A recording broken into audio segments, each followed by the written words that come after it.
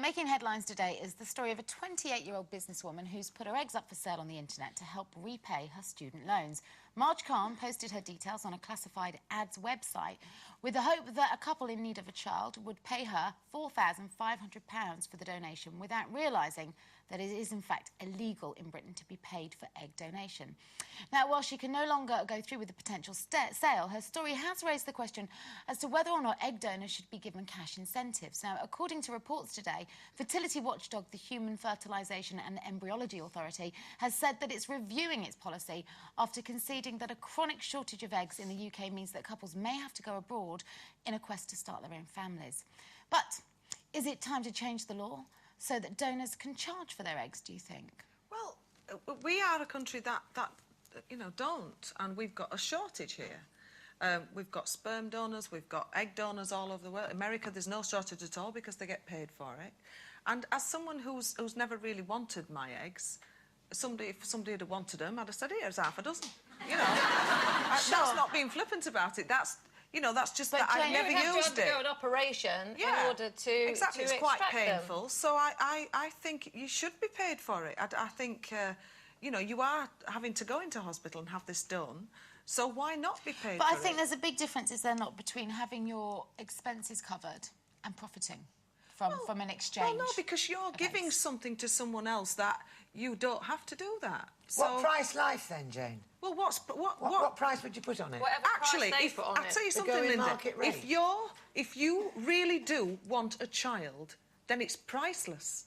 So that's what I mean. If you can help someone, like I said, I've never had children, but I've had eggs, and if somebody was wanting, you would give them such a fantastic life because it's the child they'd always wanted. Morally, I think it's wrong. I think the whole business of paying for babies, I think, is wrong. And when you think about it, men already get paid, don't they? Men get paid for sperm donation. They get expenses. Yeah. Well, you know, there's still money involved in, you know, trying to create human beings outside of human beings. You know, and I know, I'm with Jane. I don't want children. I've never wanted them. So I don't know what that feels like to really desperately want your own baby either. And who knows what, you know, what would have happened had I felt differently. I probably would have had to pay for it. But, you know, deep down inside, I think that it's too much of a big business already. You know, people make so much money out of IVF, and it's well documented that women go for IVF before they've had all the because of the money that's made out of it. What about all those children that haven't got homes that need adopting?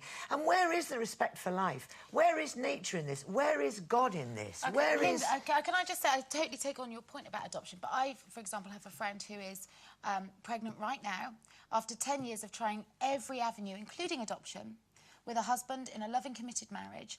And adoption just wasn't an option to them. It would have taken too long, and they deemed their age inappropriate.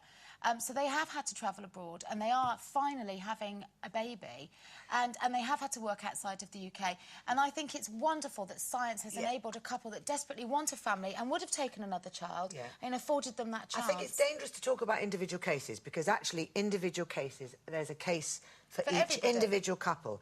It's a bit like the other end of the spectrum with death. You know, now you might go and buy a syringe and kill your granny, basically. You know, well, you know, oh, she's not very well and she doesn't really want to live anymore. There's a whole area there. The point is, money should not... it should be monitored, of course, but to just open it up into the marketplace, I think I'll go and buy a baby. Exactly. Or an egg. I find it morally wrong. Well, there's a reason that it's illegal in this country, and that is because people shouldn't profit. That's that's what we as a society deem as acceptable, is that it should be non-profit making. But if you want to help a couple and you have to take time off of work and you're being... But a lot of people make a lot of money out of IVF, doing private IVF. That's the same thing, isn't doctors, it? They're making profit out of it. Doctors might. Nobody's doing it at cost price. You know, maybe apart from the NHS, that's it. It is business. It's a big business, and it's getting out of control. I know you can't leave everything to nature, you know, because we have the power, we can do it. But once money is involved, especially the sums, you know, you're talking, these are thousands and thousands of pounds. Don't forget about the fact as well that not everybody can afford to pay for it. So, you know, there's an inequality So there. if you work it on an even playing field and say, OK, if you do want to enter into this as an arrangement, then the person donating eggs is doing exactly that. It's a donation. And you're covering their expenses. You're not lining their pockets.